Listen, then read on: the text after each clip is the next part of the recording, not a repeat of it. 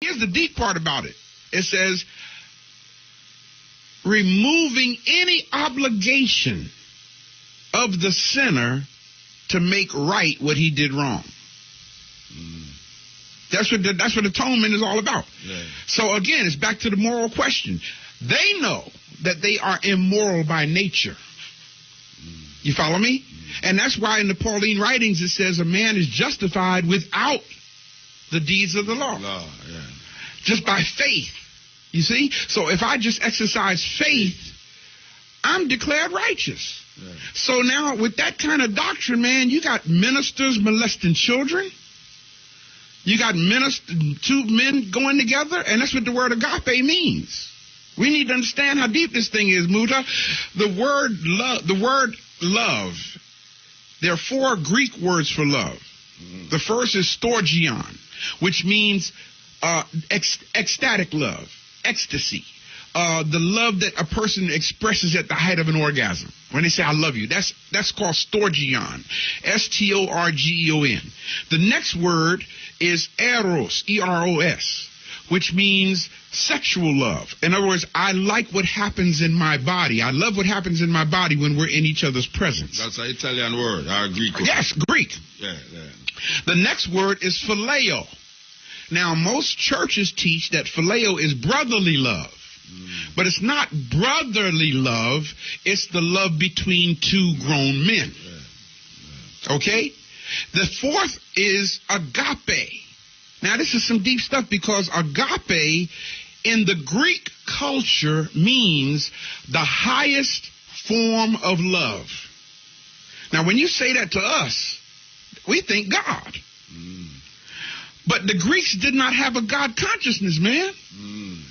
Until they invaded Africa. And long before they invaded Africa, their vocabulary had the word agape in it. So it could not be relating to God. Agape is the highest form of love in the Greek culture. But in the Greek culture, the highest form of love is adult male to child male sex. That's called agape. Adult to child, what we call... what we call it again? Sodomy? No, with a man, pedophiles. Pedophilia, yeah, exactly, yeah. And, you know, and it's something, man, because this thing is... that's why the Greeks, that's why the Greeks, in their tradition, big men of high status used to have little boys in them home, in them palace. Exactly. That's their tradition. See, this comes from the Greek culture. Now, what's happening is because, just like everything else, the European has forced his ways upon us. Our people are starting to do it. You see what I'm saying? And talking, we're born that way. Man, let's put it this way.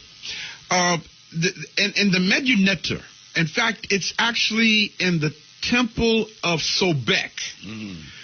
And the inscription in stone there, it actually says, I have not engaged in unnatural sex. And the inscription in stone is 2 penises with the scrotum side by side. Now, this is inscribed in stone thousands of, before the Europeans even came out the caves. You see what I'm saying? Letting us know that this is not an African practice. You see? So it doesn't call it sinful.